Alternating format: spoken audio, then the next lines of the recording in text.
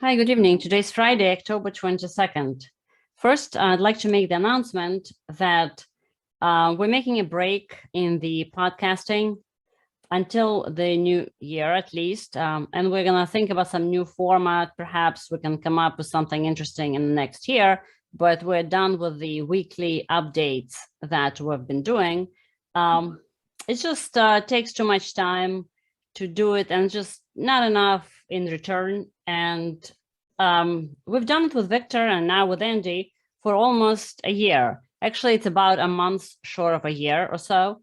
And I'm going on vacation next week, and I really wanted to do it for a year, but we're going on vacation next week, and then it's a holiday season. So unfortunately, we'll just have to cut it short. And I'd like to, I guess, thank, of course, Victor and Andy for all the hard work and the dedication and all of the ideas they have shared with all of us. And I certainly, and I'm sure as all of our viewers and listeners, have learned a lot from both of you guys. So thank you definitely very much for this. And like I said, hopefully we'll be back in the new year with something different. Yeah, well, I think everyone who has watched the podcast, and it's been enjoyable, but I think at the same time we've maybe had some difficulty getting the traction that we wanted and keeping it. And it just we've talked about a number of things that we could do to make it more interesting, but it's just right. I think that both Yelena and I have a lot of other commitments and things that we're working on too, and not to mention our own kind of trading and trading takes a lot of time. Yeah, so it's been a bit difficult to do with kind of maybe the traction that we've gotten, and but I think that we may be able to figure out some things this next year, take a step back and think about what the future might look like if we do this again. Right.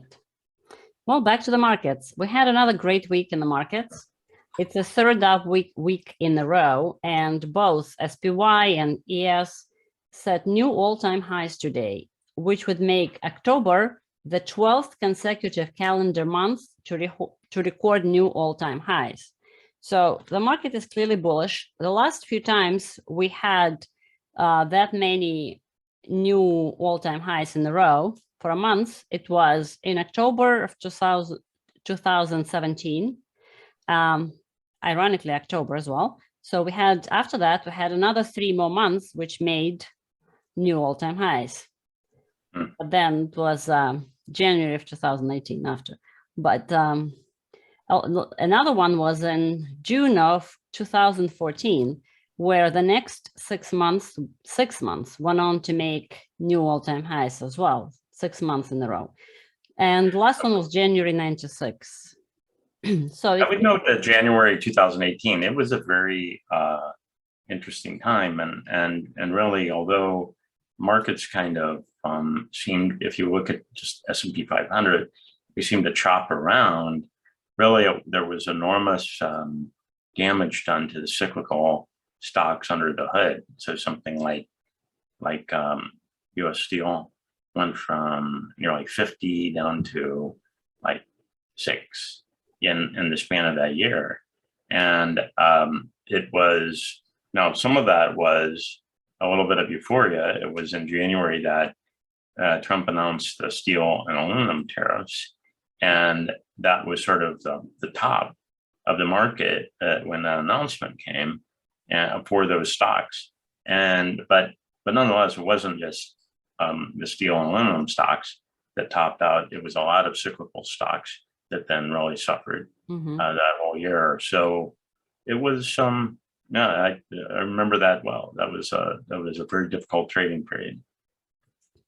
Right, but for now, everybody seems to be positioned for the infamous year-end rally, holiday spirit and holiday drift, right? Right, exactly. And inflation not being transitory anymore, and everyone acknowledging it, right? Exactly.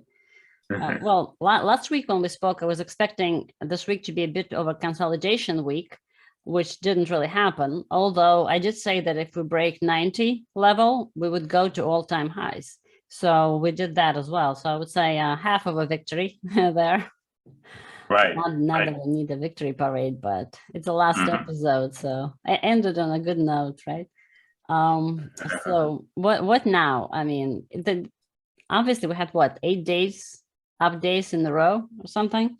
So looking at this chart, I would say that we probably would have at least a day or maybe two or a few more of range trading, and maybe test that Soji level 40, what is it, 45.50 again above. And then after a few days of consolidation, hard to say how many, but I still think we would retest lower, that we would have a small pullback to at least 44.75 level to start with.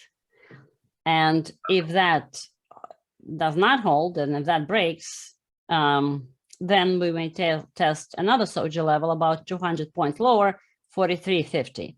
So, but for that we need to break the 44.75 first, which I think has high odds of testing, at least given all of the euphoria this week and various indicators, the VIX, the volatility levels, and obviously 8 days in a row, which is by itself, while being bullish longer term, the odds of a little pullback are definitely in the cards. Well, another one is NASDAQ is underperforming. NASDAQ didn't make new all-time highs either, and it's not, didn't even come close. So we talked about a few weeks back that leaders like Apple, Facebook, Google, they seem to be tapped out. And we talked about Apple, especially when it hit new all-time highs, I think somewhere in the beginning of September, that with all of the lack of the innovation, that Apple was not really going to do much as far as price movement. And that seemed to materialize. We have kind of traded in the range, so nothing much happened.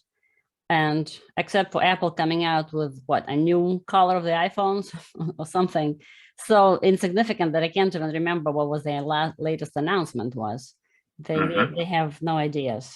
Bonds really bounced today too, and it's but it's hard to say whether this is the start of a reversal. It could be a little bit of a double bottom here, but it's hard to say whether this is the start of a reversal or just kind of chopping around as we continue to move down. But it was interesting to see this action today. I still think the bonds will go up probably a little more, because Powell, speaking of chopping around, doesn't want to be on the chopping block for the next year. And with infrastructure package still being discussed, I don't think he's going to let the bonds sell off much more. So maybe a bit more of a range. And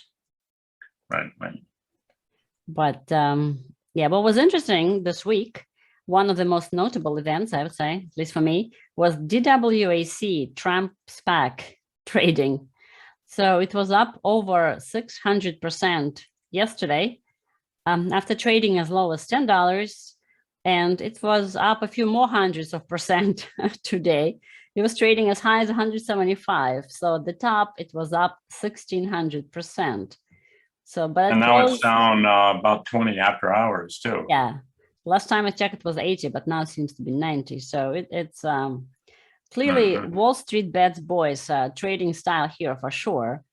And what was interesting about it is that all this move happened yesterday while CNBC was kind of having a total blackout of this event.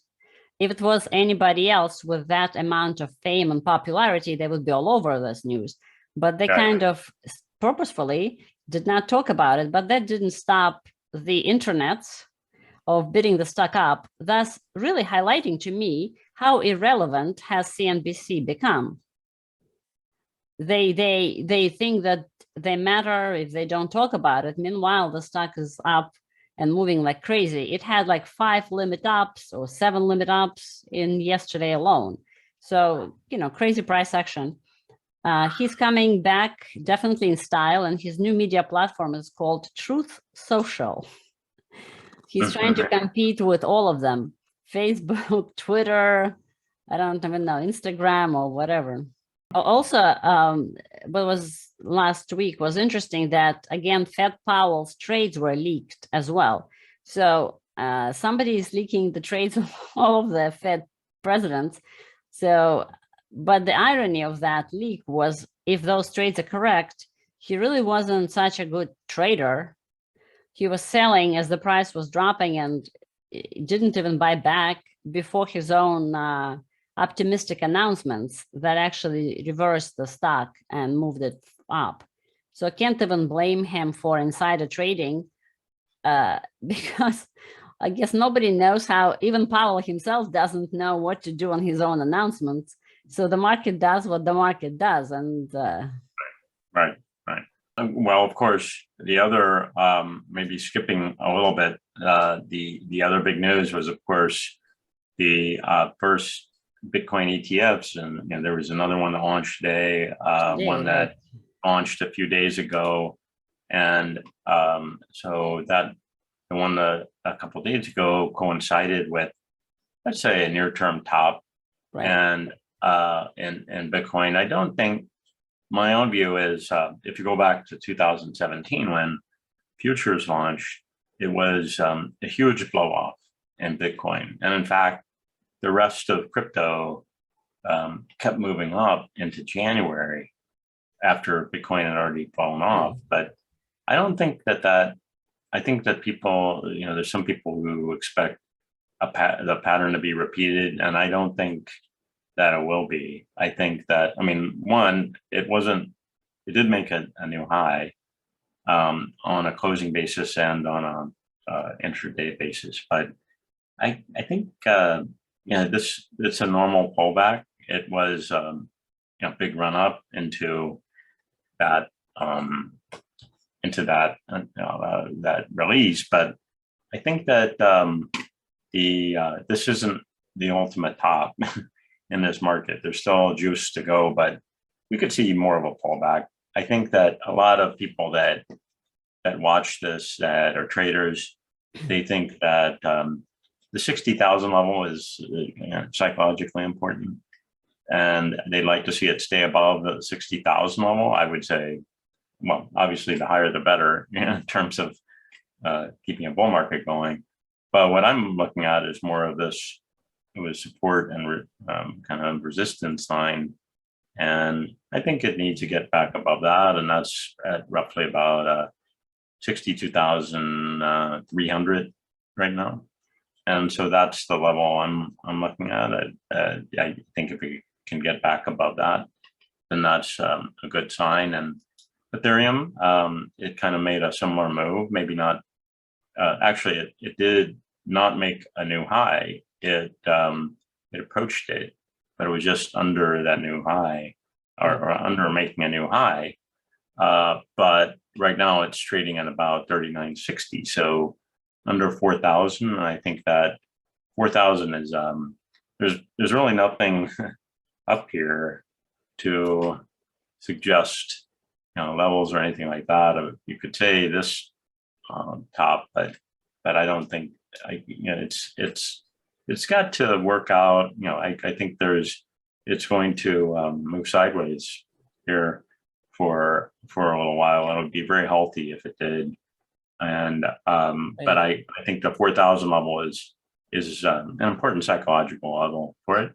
But I don't think in the very near term it's going to move violently up or down. But I could be wrong about that. It could very easily drop back down to the 3,200 level and keep the bull market intact. But I don't think that's what the most likely case is.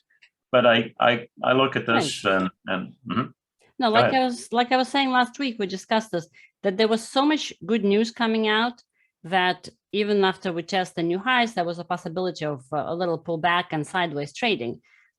Coincidentally, right on the day of the top for the Bitcoin, my aunt asked me something about Bitcoin, who never knew what that is or stocks or anything like that. So it was just funny how popular Bitcoin has all of a sudden become. So I do agree with you that I think it will take a little time. It doesn't have to crash or anything, but it has to take a little time to work off that frothy enthusiasm from people. It was just getting way too exciting out there. And two new ETFs. It changes the character of the market when something like an ETF launches, because it'll bring in a lot of types of investors that have not had experience with this class before, and it might change it a little bit, because it will, the ETF will affect the futures. It'll feed back into the futures, and the futures will feed back into the Bitcoin itself. So it'll be interesting to see what happens. And but I think the overall the class, what was interesting today was these pullbacks, and both Bitcoin and Ethereum were pretty sharp, but a whole set of others really didn't. I mean, they might have had these momentary pullbacks, sharp pullbacks, but they recovered really nicely, and they're not, they're not really, they're not, and in fact, like Coinbase was up today, and it was despite this big pullback, and so there were a lot of crypto assets like Polkadot, they were up today. So it's kind of it was a maybe Bitcoin centric kind of pullback, and I think that the rest of the market kind of shrugged it off. But of course, the media focuses on Bitcoin. That's what they know. CNBC, they focus on it. Right. And speaking of sharp pullbacks, whatever happened with Bitcoin on Binance, where it went down 87% or something crazy up to 8,200? What? How does that work? And do those people really get liquidated at 8,200, or is that just like it plunged down on Binance. Right. So see, each one of these exchanges has its own order book. They don't share. There's no centralized order book. There's no shared order book across the different exchanges. Now, there are arbitrageurs. I could, have accounts on that and FTX or Coinbase and arbitrage between them. And there are some very big firms that do that. But that's, it even takes time to do an arbitrage, right? I mean, it's not instant. And because it's, but very briefly, it plunged down to 9,000. Now Binance in that particular market, well, some of that was like liquidation cascade, but it was just specific to Binance. If you went over and looked at Coinbase's charts, you wouldn't see that plunge at all. But there was somebody that was able to buy Bitcoin for 9,000. They said there was some algo bug or something. Yeah, well, it just, it was kind of like, selling off, or what started,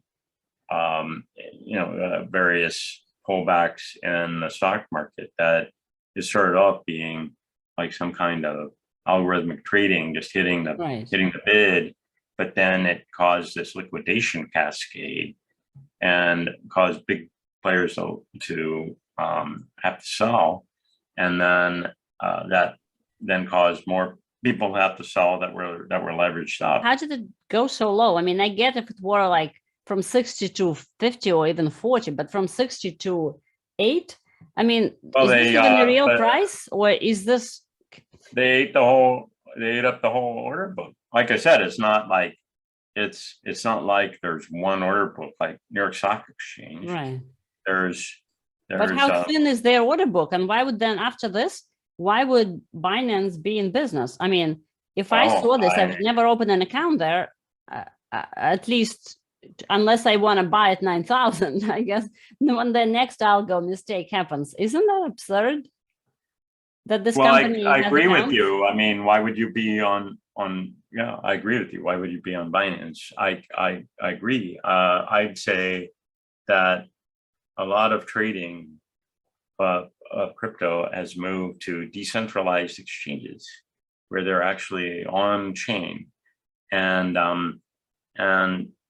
so it's not like it.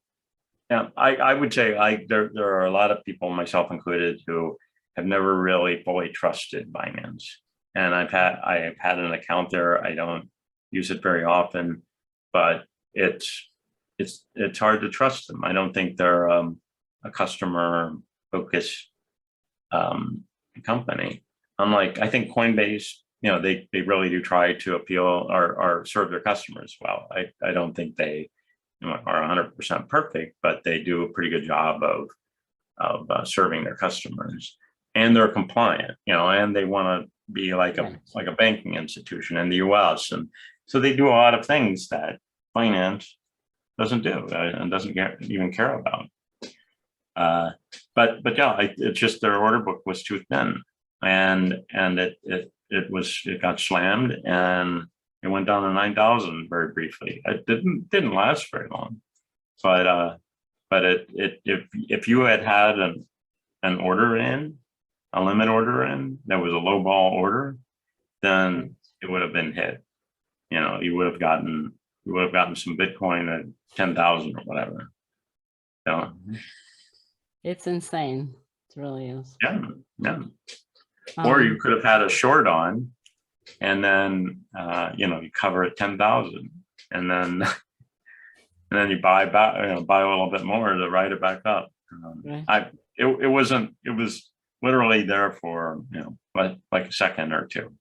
So unless you had the orders in, it wasn't gonna be something that you could take advantage of.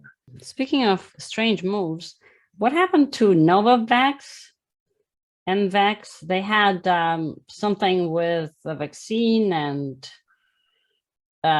with the COVID vaccine, some issues. Right. Well, all of these got hit pretty hard, right? Like the Novavax and Moderna down a little bit, but it looks like it's questionable whether they'll get the approval for their vaccine and in the timing that they had expected. At the same time, both the FDA has given approval to boosters, whether or not you need them, well, that's a different matter, but has given approval of boosters for both the Pfizer and the Moderna vaccines, and allows them to mix and match. You can mix and match like a la carte. I love it. Yeah. Well, I'm not sure it's needed if you're healthy, but if you're not a healthy person, then maybe it provides some benefit. I don't know. I don't think there hasn't been there's no trial data to support it. It's just a hypothesis. Well, we have a trial without the randomized double randomized sample. So the whole country is a trial now. The whole planet is. Right, exactly. And what's interesting is that FDA does not accept the Russian vaccine as proof of vaccination. They only like the Pfizer and the Moderna. Right. Well, it's they're it's they don't like the J&J. There's some issues with that one, but the Novavax, Novavax has had a history of not having a good relationship with the FDA for whatever reason, and they've never really been able to launch a product on their own. And I think some of that's maybe unfair criticism, but at the same time, I mean, you look at here in what for Pfizer and Moderna has been extremely bullish a year and a half. Moderna or Novavax has basically gone nowhere, right? And it's up from where it was, but it's wow, it's up hugely. It's down that I didn't realize back here, and prior to COVID at all, it was down in the 4 range. So it's up more than Moderna and Pfizer, certainly, in percentage terms from, let's say, January 2020. But still, it's it hasn't really gone anywhere since July of last year. It's been pretty flat. Well, they have earnings coming up. Let's hope they won't snap like Snap did, pun intended. But I think the vaccine trade is probably over, if I were to guess. It doesn't mean that it has to sell off, but this whole insane rally that we've seen in Moderna, I think it's we're not making new highs in Moderna anytime soon. Yeah, it's it's a well-run company, and I think that they've got this COVID vaccine is just the first vaccine of its type that they will release. They have others that have been in the pipeline, but now they have an enormous capital infusion that they can take their time to do those, get those products to market. You know, the mRNA vaccine reminds me a lot about Tesla autonomous driving. I mean, I have an IT background, so I know how hard it is to produce a software without bugs. So that's why I will never drive Tesla by itself autonomously. But same thing with mRNA vaccines. They're a little more, in my mind at least, I'm not sure, I'm not a biologist, a little more complicated to produce. And you could, because it's some sort of messaging, DNA or RNA versus the actual vaccine. So you manipulate the product so much that hopefully you didn't forget something, you didn't miss something, and hopefully there is no some sort of long-term side effects or something else that we didn't think about. Like there is some rare condition or like those hard conditions that I keep hearing stories of young people having heart palpitations and other like unexpected conditions. So that's what I'm saying. With the world in general has increased complexity so much, starting from vaccines to IT various complications, that I feel like we're constantly walking on the precipice of something breaking. Just like Binance, for example, like back again to that, you know, IT problems, you know, when your Bitcoin drops 90% in 9 seconds or something like that. Well, that's definitely a risk, and I would say that the people who style themselves as technocrats do not have as much control over the systems that they've created than they think they are. These systems can spin right out of control very rapidly, and we'll have another crash someday. You know, it's probably not going to be tomorrow, but it could be. It could be, you know, a year from now or 6 months from now, and it could be the one where it spins out of control. They're not able to right the ship, and markets in general, and you see signs of that every now and then, and maybe I would hope that something like what happened at Binance, well, something like that happened at Coinbase back in 2017 with Ethereum. It dropped was something like 1 cent or 10 cents or something like that. And so what they did is they basically hired market making firms to come in. They first hired them, but then, you know, now they're really profitable. But they brought in and incentivized firms to come in and provide more liquidity, so that sort of thing doesn't happen. And they even do. They made everybody good on those trades. I don't know, by the way, like if you had Ethereum and you had a stop order at like, you know, whatever, $50 or something like that, they gave you your position back. They took a loss on that. I don't know what Binance will do, but in other words, what I'm saying, Coinbase learned a lot from that, and they became much better. Whether Binance does or not is another matter. Exactly, but it happens everywhere. Remember interactive brokers when oil went negative? And some poor people who had a few contracts ended up owning Interactive Brokers $20 million because oil went minus 50 or minus 70, whatever it was, negative. So they have also, I think, refunded the traders as well while eating the loss. And yet it's just a simple thing where they did not think that the contract could be negative, just one small mistake. And so everybody's relying so much on IT without realizing that while the probabilities of a mistake are infinitesimally small, if the mistake happens, you may lose 90% of your money, like Binance. Well, I don't know what Binance will do for their customers. I would be surprised if they're as customer friendly as Coinbase was with that. But I'd say that that's the risk that you take when you're levered up, and you can get liquidated just by some quirk in the market, and that's the risk. And so keep your positions modest and don't be over leveraged. Right. I think if there's one lesson that I myself personally, and obviously everybody else talked about, would like to leave the viewers with, is that keep your leverage low. Do not get liquidated, because the margins are there for speculation, but it's a double-edged sword.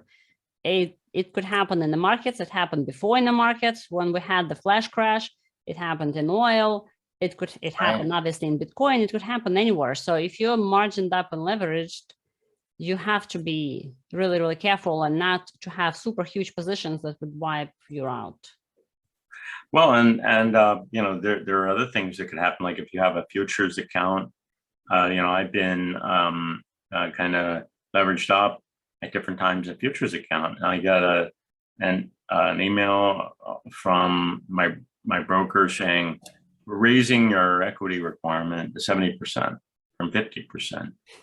And what do you do? Well, you're currently fine, but if you now have less room to move, or for the market to move, and you have to think about your positions, because you don't want to get margin, you don't want to get liquidated, because it's extremely hard to recover from liquidation. I mean, it's not impossible, you can, but it's just, you've lost a bunch of capital and you lose it right at the bottom of the market, and it's kind of a horrible feeling.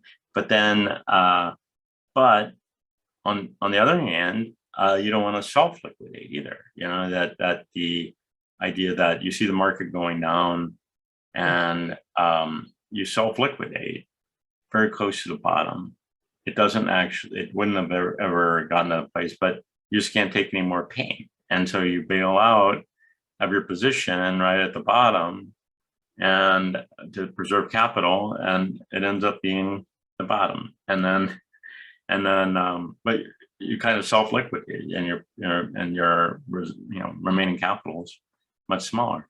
I would just say, if you're in a really speculative asset, then do it on an account where you could blow it up and it's not gonna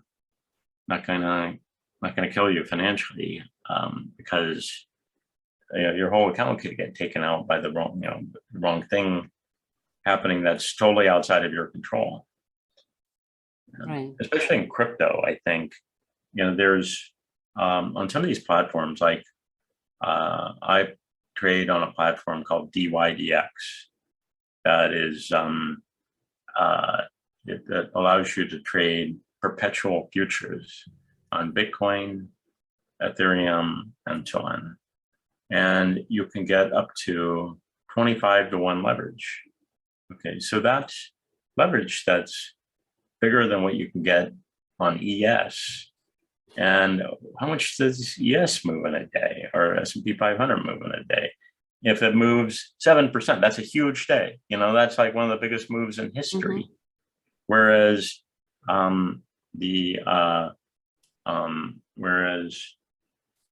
crypto can move at 7%, is probably a 7% move plus or minus is like 20% likelihood, or maybe between 10 and 20% likelihood. So it's, I mean, we saw a 7% move in both Bitcoin and Ethereum just this last week, and in one day. And so if you're leveraged up and it goes up, great. But then, it bites you when it goes the other way. And people tend to increase their risk exposure as they feel more confident and the assets going up. And I think that's partly why we saw a kind of a sharp pullback in both Bitcoin and Ethereum. There's some of the leverage that's available on the market. It really adds to the volatility. And unlike, say, New York Stock Exchange, where there's regulation T, Fed's regulation T is like what the margin requirements are and so on.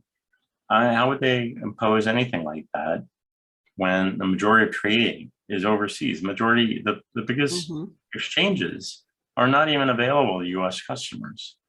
They keep U.S. customers out. FTX, Deribit, Binance, not Binance US, but Binance, and they allow this trading in perpetual futures, where there's like Deribit, there could be 100-to-1 leverage.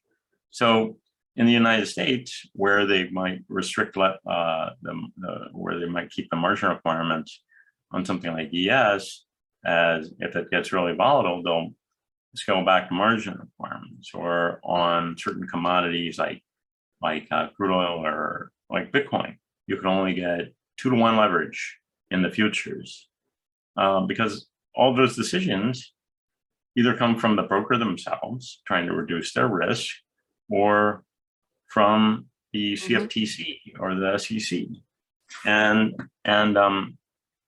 they have no control over these. The vast majority of crypto trading. Well, we mentioned before that now there are ETFs on Bitcoin, few of them, and now they have options on those ETFs. So that's like, I don't know how many orders magnitude derivatives, third or fourth derivative at this point. And then the IV on those options was, at least a day ago, was like 90% volatility, implied volatility. Well, that's about right. I think that's right.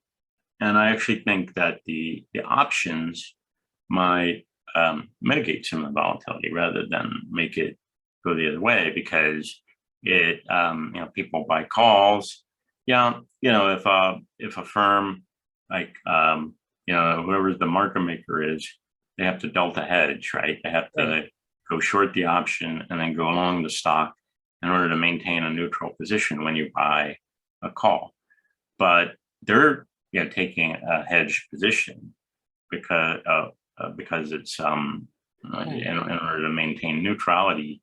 But so I think it's kind of a wash. It might make it more a little bit less volatile. Yeah, and as I would say also, as it as price being higher and there being ETFs and so on, there are more stakeholders with incentives to maintain more price stability.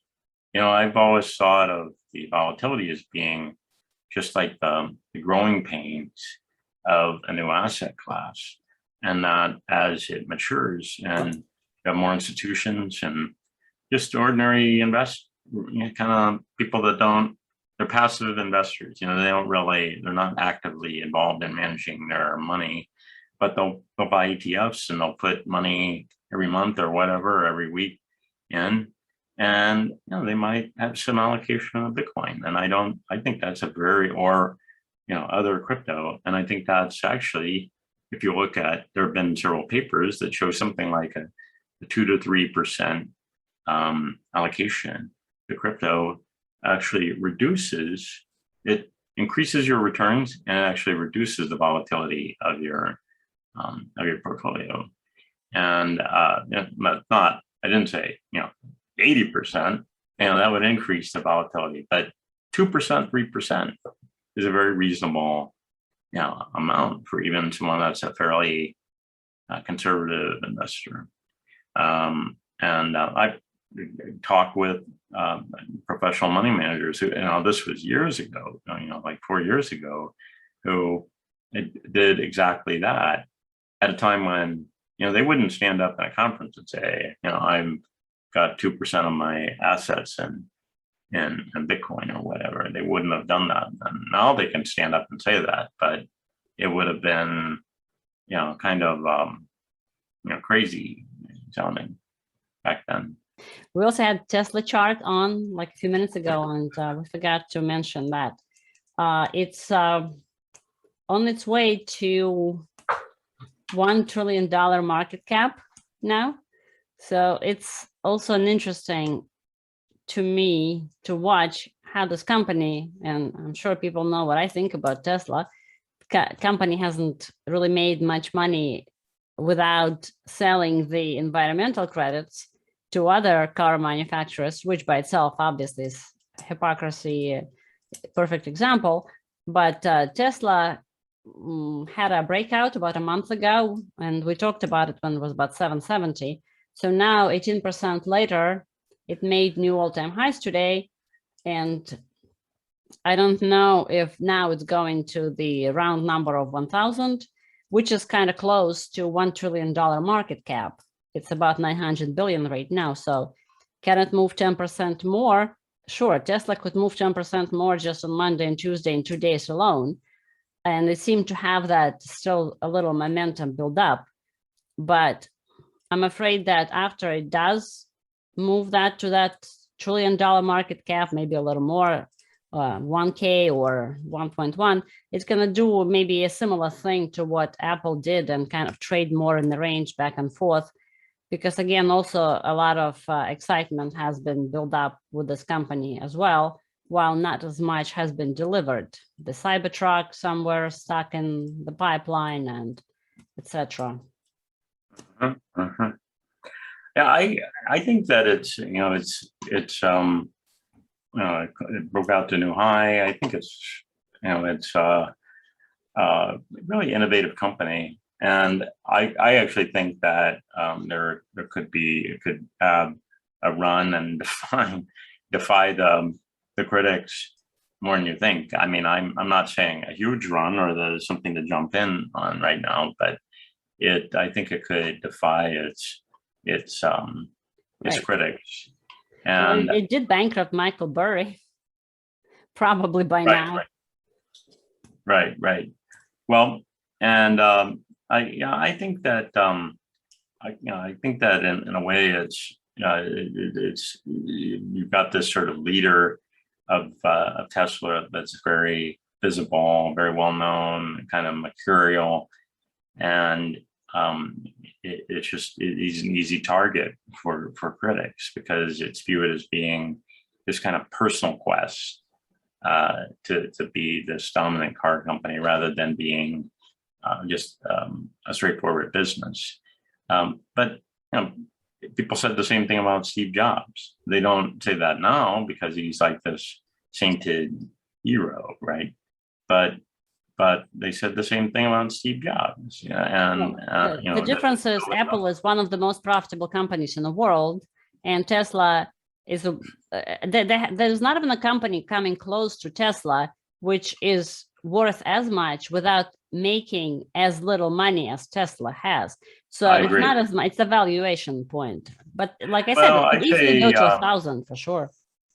Yeah, you go back to Amazon. I mean, you look at Amazon, and I remember, it wasn't a lot. I bought a little Amazon like back in whatever it was, like 2011 or maybe it was like 2012 timeframe, and I thought I had it on here, but it was like at 191 a share, and there were doubts that it was going to make it, and they pretty much had the business model that they have now. There have been some changes. I mean, they've got like the much like streaming content has become a huge part of their business, AWS, things Right. like The that. server side is huge.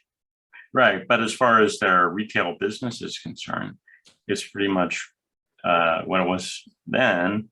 They had Prime and these other things, and I mean it's been just a rocket ship up, and they went from being marginally profitable to being very profitable. I'm not saying the same thing will happen for Tesla.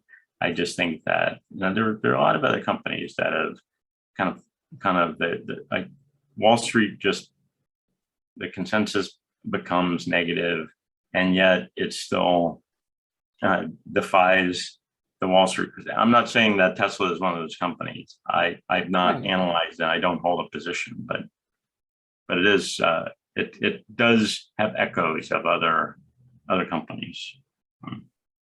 Right. And Amazon did have multiple 80, 70% drawdowns during the course of its growing development. Right. But back to the markets, just to finish up before we go. Do you have any expectations for the next year for the S&P 500? Well, S&P 500, I've been saying that I expect some kind of pullback at some point to the 200-day moving average. It's been just levitating above that level, and there's no news out there to make me say that's going to happen, but I do think that once as we go into next year, when we have elections and so on, presidential elections tend to be viewed as positive for the market. But I think that this congressional election will be pretty contentious, and it'll be about the Supreme Court. It'll be about other things that and it'll be pretty contentious, and I think that could weigh on the market, and we could see a real pullback at some point next year, and it may be earlier rather than later. And by that I mean it's not going to be in October. It'll be more like February or March, because that'll be when really the die, or the die is set for how the election will play out. And so I think February, March, we could have a pretty sharp pullback just based on the political tension and the fact that the Republicans will be more on the attack even than they have been, because they'll see weakness and they'll want to capitalize on that weakness. So I that's my view, is that I think we will see a pullback. It may end next year higher if the Republicans really have some kind of plan that can articulate growth, or make things happen. It could end the year higher, but I do think in the near term we're going to see some kind of correction that will be in the 20-25% range, and it'll probably be like February, March, April, that time frame. Your thoughts? Well, I don't really trade longer term, so I'm not really, so don't listen to me, but I think that there is not a trivial chance that in the next, let's say, a year, we may retest the 3,500 level, 1,000 points lower, and perhaps for the next couple of years trade in that 1,000-point range. It's been a one-way street since the pandemic has begun, and we haven't had a 20% correction, 30% correction since then. So it doesn't have to happen next year, but I do see that we're going to have a multi-year bear markets potentially starting sometime, I don't know, late next year. But like I said, this is just me talking nonsense probably, but I don't trade like that. So this is just a pure speculation. Yeah, I could see that. Multi-year bear market. I mean, it could still end the year next year higher, even being in a bear market. I mean, but I do see a lot of chop, and I don't think that it's a one-way ticket up. over the next several years, it's going to be a lot tougher market. But with crypto, I would say that we will see another bear.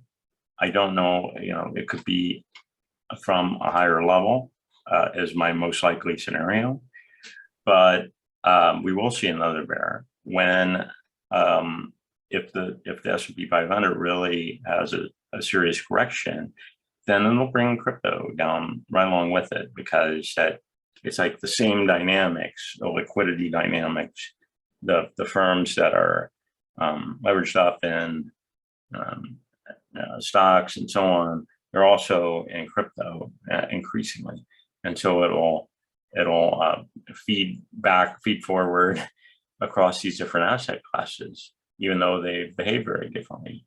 But I think that will be, there will be some, it'll be a pretty serious bear market. But I think if you compare it to even a move that we've had this year, it was 67% off the top. I mean, that's a bear market right there. So we've already had a bear market. We had a bear market within a secular bull, right? And I could see that happening. I could see that happening again. Maybe not right away, but I could see that happening again. And in a sense, I mean, the crypto is correcting in a way that's much more natural than what the S&P 500 has been. And it rises a bunch and it pulls back a bunch, and S&P 500 has just been heedless move up, and no deep corrections to wash out the players that are not positioned well, like what happened in crypto. So I actually, the way that I see it is that I see the cryptification of traditional markets. In other words, rather than crypto becoming more like S&P 500 over time, I see S&P 500 becoming more like trading more like crypto over time. It has more to do with kind of the dynamics, underlying liquidity dynamics of the market than anything. But that's just a thought. I think that if you can get experience trading these crypto markets, then it'll make you a much better trader in traditional legacy, or whatever the term is, markets as well. Well, thanks everyone, and we will let's see, next year maybe we'll start something new, start something up again. But it's been an enjoyable, I guess, 8 or 9 months that we've been doing this, and good luck to everyone. Yep. Thank you, Andy, again, and thank you to all of our viewers and listeners, and have a great holiday season, and hopefully we'll see you in next year. Bye. Great.